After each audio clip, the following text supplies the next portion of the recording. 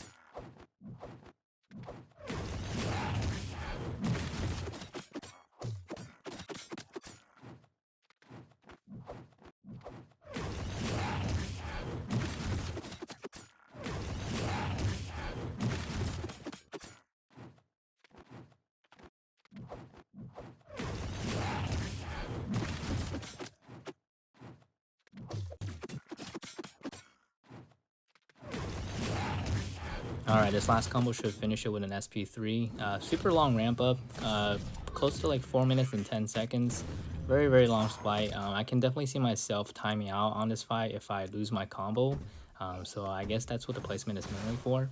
But moving on to the next fight, we have Mordo here on Ebb and Flow Knockdown and Heavy Hitter. I've seen this placement before. Tricky placement when using other champs, just because you can't bait out his heavy, and you can't stun him or parry stun and punish his stun, because he will evade or astral evade. So I'm just gonna be using Quake, knocking him down while he's stunned and concussed to shut down the protection node, and from there I'm gonna try and keep up my concussion while the power gain timer is expiring, just so he doesn't gain any power from it. The trick most of the time is when I see it getting close and my aftershock timer doesn't quite line up, I usually just parry to make sure I can hold heavy while the concussion is on.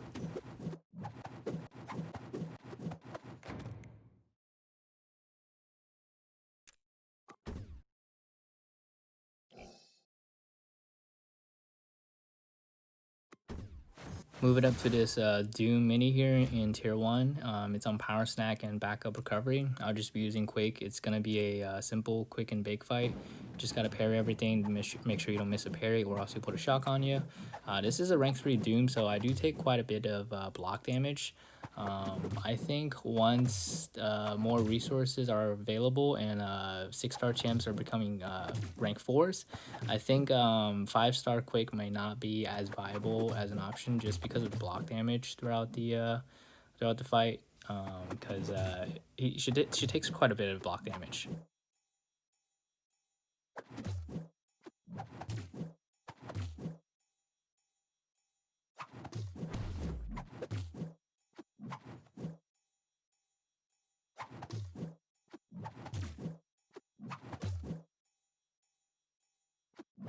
close to the end here. I'm taking about close to 40% damage just through blocks and parries, while boosted too.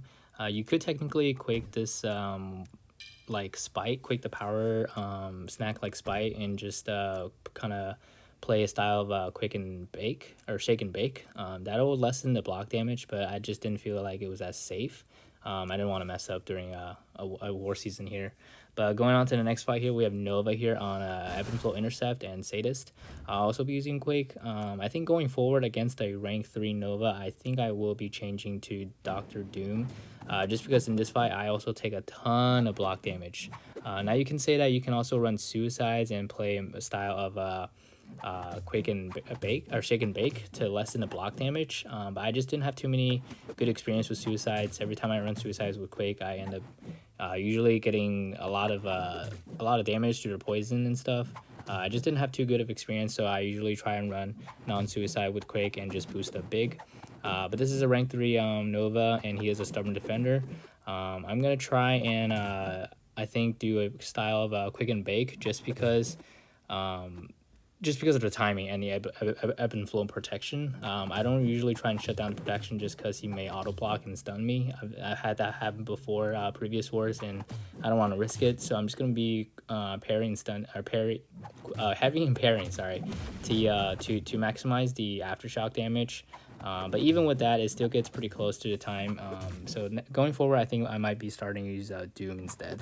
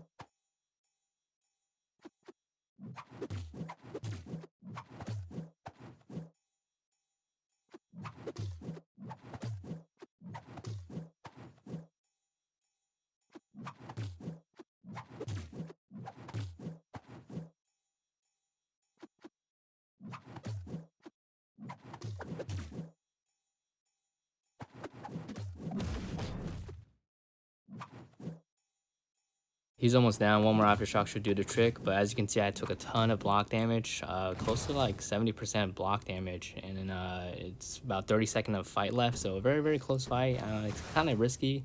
So I think going forward, I will definitely be using Doom just because it's less risky in my opinion. But next fight here is Spider Ham on Ebb and Flow Intercept and Redouble Determination. I am planning on using Torch with the pre-fight ability since the Nova Flames are not considered a debuff and they're passive. But I make a very, very beginner mistake, I guess. I mistaken that Torch, while he's above 10 flames or 10 temperature, he cannot miss. But in my mind, I was like, oh, he can't miss, so you won't. Spider Ham won't evade, but that's not true. Miss and evade are two very different mechanics. So Spider Ham can still evade even if I'm above 10 temperature. But at the time I didn't know, so I was trying to heavy and just get up my temperature to maybe like above 10 the whole time, while he gets evade here, and I get really confused. I'm like, wait, what? Why is he evading? And then it just goes very south this fight. I'm just getting comboed kind of in the corner, and then he's also a stubborn defender. He's triggering indestructibles, trying to get out of my corner. I make the mistake of not dueling him because I played him against him in the event quest, and I used Nick Fury, and he was able to get him down very, very fast. But because this is double determination, I didn't want to use Nick Fury due to the power gain. But I really should have dueled him. I tried finding a dual target, but I was not able to, unfortunately. So I just went based on my memory, and that was not a good experience. So I'm getting comboed here, and I'm too scared to use my special because I'm afraid the power sting is just gonna like kill me instantly. I didn't read his ability enough, so that's definitely on my part for not paying attention and doing my research before going to the fight. So I feel like I could barely finish here, but I'm getting close to the assassin's range, and he's gonna evade very, very soon, and it's gonna be end end of the game for me soon. Yep, yeah, I tried, but no good. So I tried going back with Quake. I think I healed her up. I've actually never quaked Spider-Ham before, but I've seen videos of it, so I was like, oh, I think I can do that. But I do mess up this fight as well. I probably should have taken a break prior to going back in, just so I can calm myself more and learn more about Spider-Ham instead of just jumping back in. Just because I felt like, oh, he's only at like 15%, I should be able to quick him down. But I got very lucky here. I got to Assassin's range, but luckily I think popper debuffs and the taunt debuffs I was able to willpower heal from that and get out of the assassin range. So that was a very close fight. I didn't really mean it to be that close, but luckily I potioned up. So it was very kind of disastrous, but definitely gonna go forward and do some research before going in. But anyway, going to the mini boss island here, we have Emma Frost here on Rage. This is the fight where I will be using Guillotine 2099. I ramped her up just for this fight. It's a very easy fight. I didn't even bother boosting using like attack boost, just because most of the time Rage will cap it anyway. But I just threw on a health boost just so I can take some block damage. She is a stubborn defender. Plus she is stun immune when she's in diamond form. I'm just going to be baiting out SP1s. I'm not too comfortable with her SP2s. So I'm just going to be using SP1s and doing a lot of repairings and trying to mitigate the block damage. But yeah, very straightforward fight.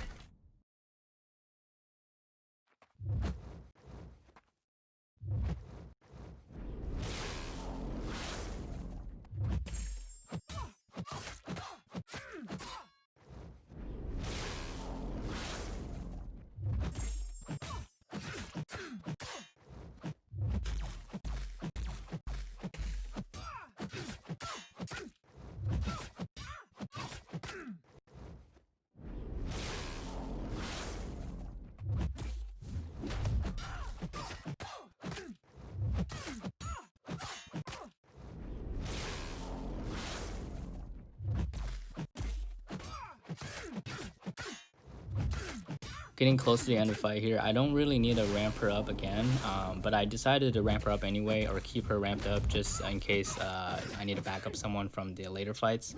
The thing about Rage is damage is capped at, I think, 2.5%, so I was trying to get Emma down to like 2% or so. Luckily I was able to do so right before I kill her and ramp her up. But this is pretty funny. In a war room here, one of our opponents said that Kreap, we reported you to Kabam. Happy New Year. Kreap replied, let me know if you want any of the footage. All I ask is that you smash that like button. It's pretty funny. I think they were kind of thrown back at how Kreap was able to finish this I-bomb fight very fast. I'm guessing they were watching while he was fighting and they felt like something was fishy maybe. So Kreap did record this fight and he wanted me to show this fight just to make sure, like, you know, it's legit, like he did the fight. So he's got this rank 3 Warlock here against this 5-star Abomination Immortal. Now I took this fight on the same path, on the same note last war, and I got wrecked. Mainly because the opponent wasn't running any willpower.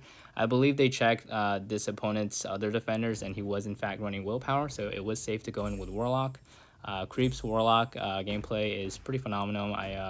His intercepts are on point, and he's doing a great job of keeping his infections up and parrying and keeping the power down from all the infections. I think, yeah, he does throw an SP1 here, but even though he throws an SP1 and the Redouble Determination does boost his power gain, the power gain is under control from the infection, and this SP2 just melts him. He was able to get an intercept so to shut down the protection node and then fire the SP2, so that was a huge help. The SP2 really did a great amount of damage, and from there on, he's pretty much dead.